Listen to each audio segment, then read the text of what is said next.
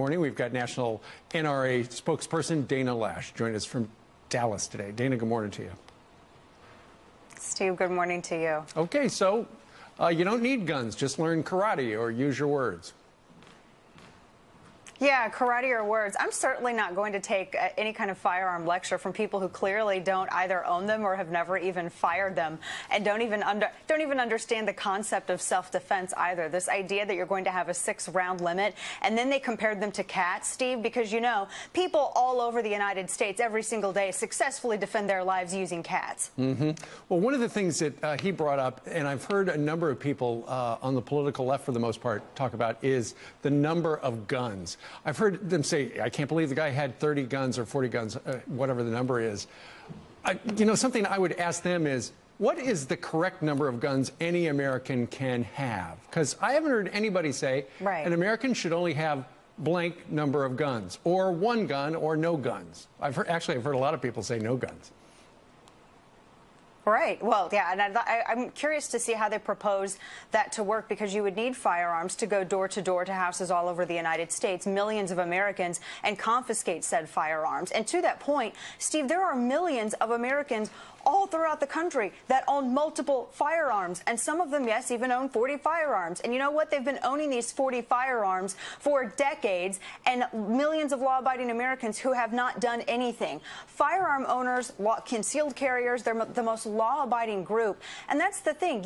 Evil lives among us, and I've said this before. It's real. You have to deal with evil, and I certainly want to be prepared to deal with evil or a monster with the ability to defend myself, as opposed to not having that ability to defend myself. And people like Michael, who do their show over at SNL in a building where they have armed security, they have the luxury of being able to tell everyone else to disarm because it's class warfare. These individuals can afford private security. They work in a building that's with armed guards, and you know that they wouldn't go for one single day without those armed guards. Why don't you give up the firearms that your private security is holding? You're not being more virtuous just because you're paying someone else to carry it. You're outsourcing it because you lack the courage of your own convictions.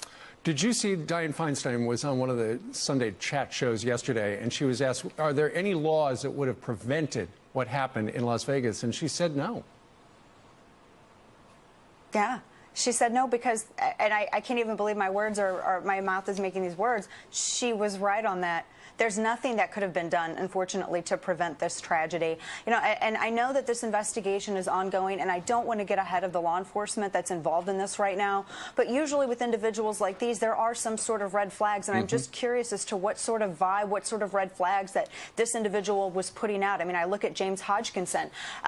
Immediately after that tragedy, nobody really knew his MO, and it took a while for that information to come out that he was targeting on political ideology. But then people started talking about the red flags that were popping up about this guy, and sooner or later the truth will out. Right, exactly. Although people who knew this guy can't figure out what those red flags were.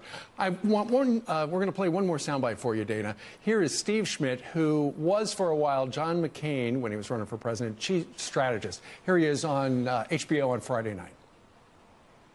The founding fathers, though, they could no more conceive of an AK-47 or an AR-15 firing on full automatic than they could have conceived of a spaceship. It is harder to buy cough medicine than it is to buy an AK-47 or 50 of them. Is that true? It's harder to buy cough medicine than it is to buy an AK-47 or 50 of them? No, and by his logic, you would have to buy cough medicine that's actually really old. I mean, pre-1986 is how old that cough syrup would have to be, and then you have to get law enforcement approval and spend thousands of dollars. That's completely inaccurate. And he's just not speaking from any position of experience, so I'm not quite sure why he's chiming in on the law here. But no, you have to go through many steps, in fact, to be able to do that. And for his point, Steve, really quickly, on the historicalness of full auto. In fact, our founding fathers were aware of it. We had the puckle gun, the knock gun, the Belton gun. The Continental Congress was getting ready to purchase a fully automatic firearm, but they were prohibited in doing so only because of cost, not because of desire. So if people actually picked up a book and understood the history about firearms, maybe they wouldn't make such silly arguments on live television. That's awful. I hadn't heard those stories before. All right, Dana Lash from the NRA, thank you very much for joining us from Dallas. Thank you so much. You bet. All right, meanwhile, it's not just Saturday Night Live pushing liberal talking points. If Trump is upset, Rex Tillerson called him a moron. Wait till he... Welcome back. One final point before we go tonight. Since Monday night, 6,755,610 people have watched Jimmy Kimmel's tearful plea for gun control, and that's just on YouTube. I'm one of those viewers. I've watched his monologue twice, actually. It's 9 minutes long, and it is chock full of inaccuracies. Let's break it down. This to be a comedy show. I hate talking about stuff like this. I just want to, laugh about things every night. But it seems to be becoming increasingly difficult lately. It feels like someone has opened a window into hell. And what I'm talking about tonight, it isn't about gun control. It's about common sense. And there it is, the most used and abused, recycled, nonsensical talking point the Democrats pull out of their back pocket every time they talk about gun control. It's common sense, they say. Well, let me ask you this. What is common sense about restricting the rights of law-abiding gun owners as punishment for the heinous murder of lawbreakers? What makes you think bad guys would stop getting their hands on guns just because the guns are illegal? Did that work when we illegalized drugs? It's fundamentally flawed logic, and it should be elementary. Banning guns wouldn't stop criminals because criminals already don't care about breaking the law. But Kimmel goes on. Common sense says no good will ever come from allowing a person to have weapons that can take down 527 Americans at a concert. 86 people killed in Nice, France by a terrorist with a truck. 3,000 people killed in New York City by terrorists with airplanes and bombs.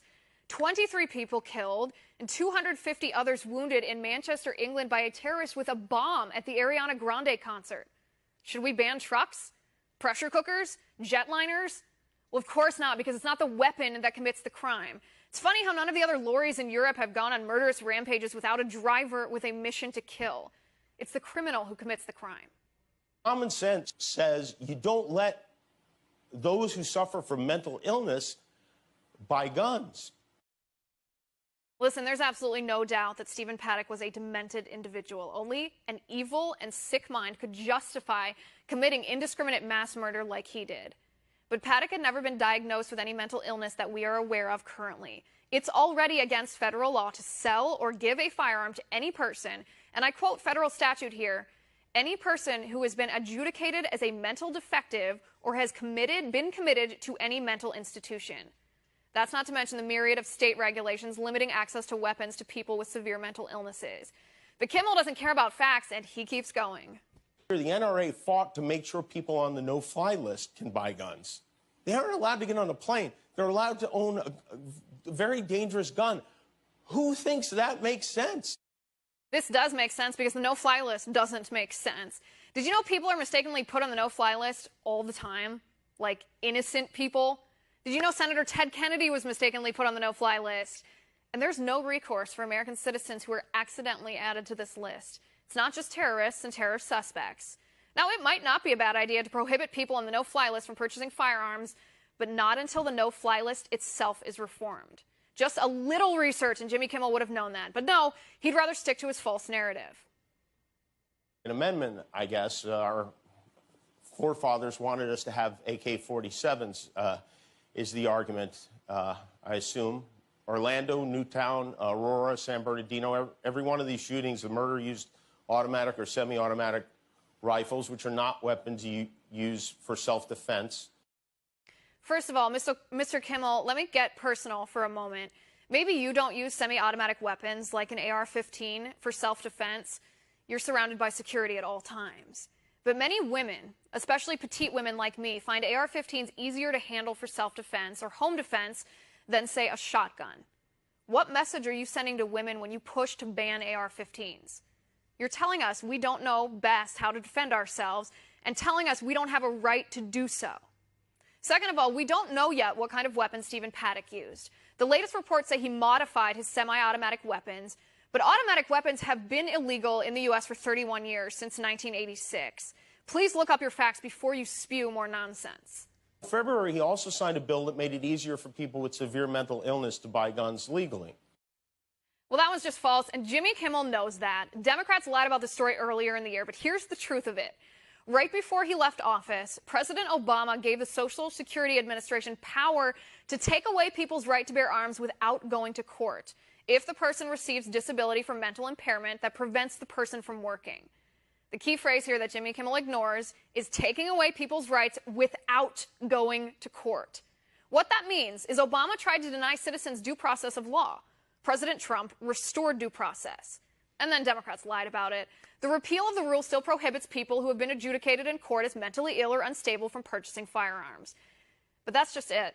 The Democrats who are using Jimmy Kimmel as their mouthpiece, they don't care about common sense. They don't. They don't care about facts. They don't care that research shows gun control doesn't stop murder. Just look at Chicago. All the Democrats want to do is blame the NRA, blame the weapon, blame Republicans, blame legal gun owners, and blame Donald Trump. And ultimately take away our Second Amendment rights. This is how they start doing that. Is that common sense? And that's my final point. You can reach me on Twitter at Liz_Wheeler. If you liked the show, please send me an email at oann.com/contact. In the meantime, catch us here tomorrow at 9 p.m. Eastern. And until then, have a good night.